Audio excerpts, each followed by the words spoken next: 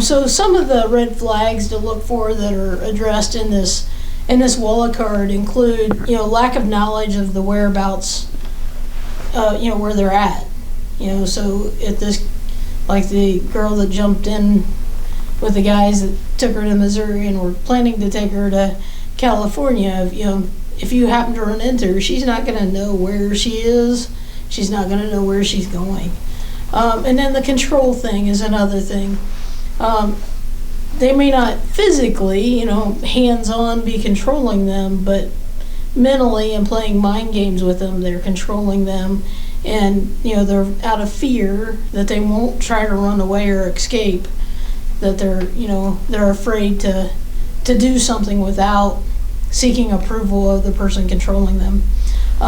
Very often won't make eye contact, even with the general public. They're, maybe head down, not making eye contact.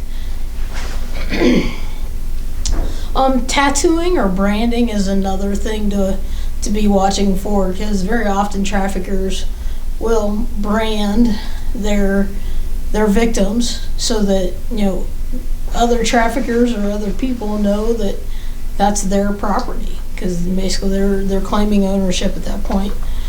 Bruising, because a lot of times they're being physically abused as part of this, especially if they try to escape or they're not doing what they're being asked to do, then that may result in physical abuse.